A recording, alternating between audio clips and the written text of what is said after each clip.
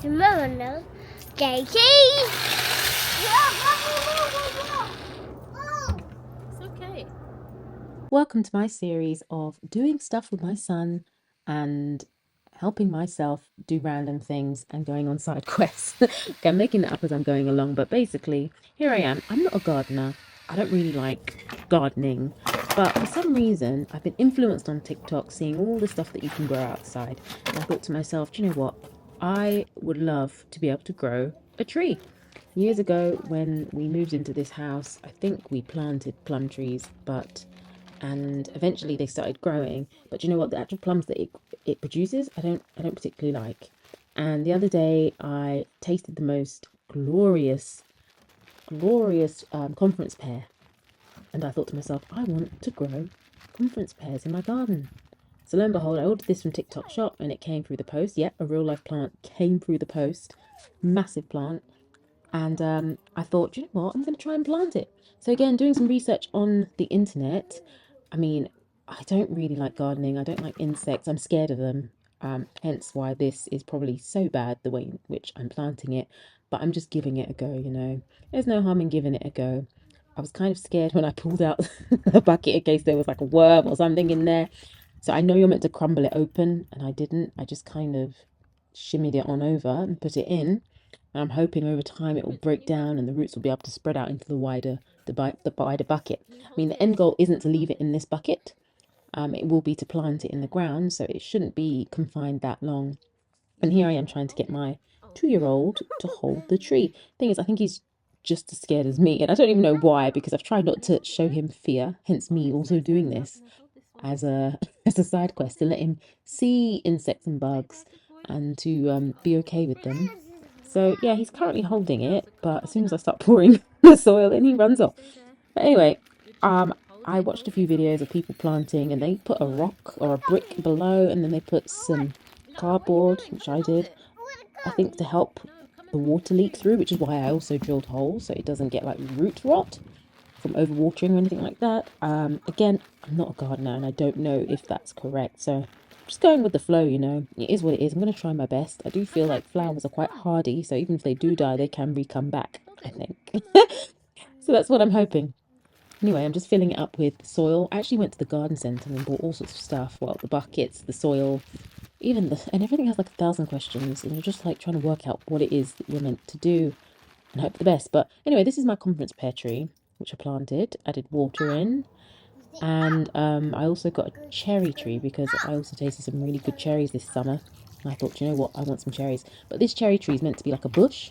So it's not meant to go really tall. It keeps quite low so you can pick them. Thing is, I know these things take years to grow, or can take years to grow. So, you know, I know I'm not going to get it tomorrow. But I'm hoping it will in the future when I go into the garden there. I'll be like, oh, look what I planted back in 2025. It's now come made something. So yeah, I'm just working it out as I go along. A big rainbow.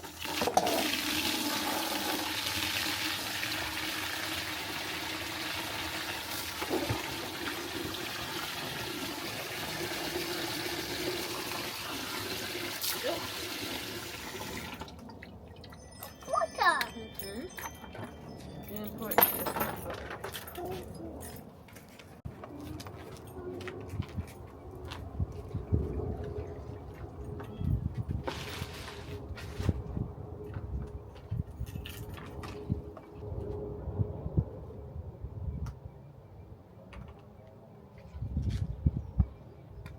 And this is the great thing about TikTok, because I didn't even know you could grow trees in buckets, but you can, according to certain people online. So I just also had another bucket from B&Q, which I had just randomly, and I thought, okay, I'm going to put the cherry tree in here for now, just so that it's got extra space. I don't know if they need extra space in this sort of early stages of the tree, but I'm giving it to it anyway. I bought special compost as well, another big bag from the garden centre, which is meant to be for cherry trees because they need a certain type of compost. Again, I was looking online, a mixture of ChatGPT and just general blogs and TikTok, and it told me that I needed this soil. So hopefully it takes and it likes it. Since I've started doing this gardening, I can see why people enjoy it. I mean, it is a delayed gratification of hard work and the reward that you get at the end. And it's not straight away, obviously, because you've got to wait for things to grow. But the reward you get once the garden has been transformed and it's fully bloomed in summer, I can see that being quite delightful. But it takes some time and it's a lot of back-breaking work.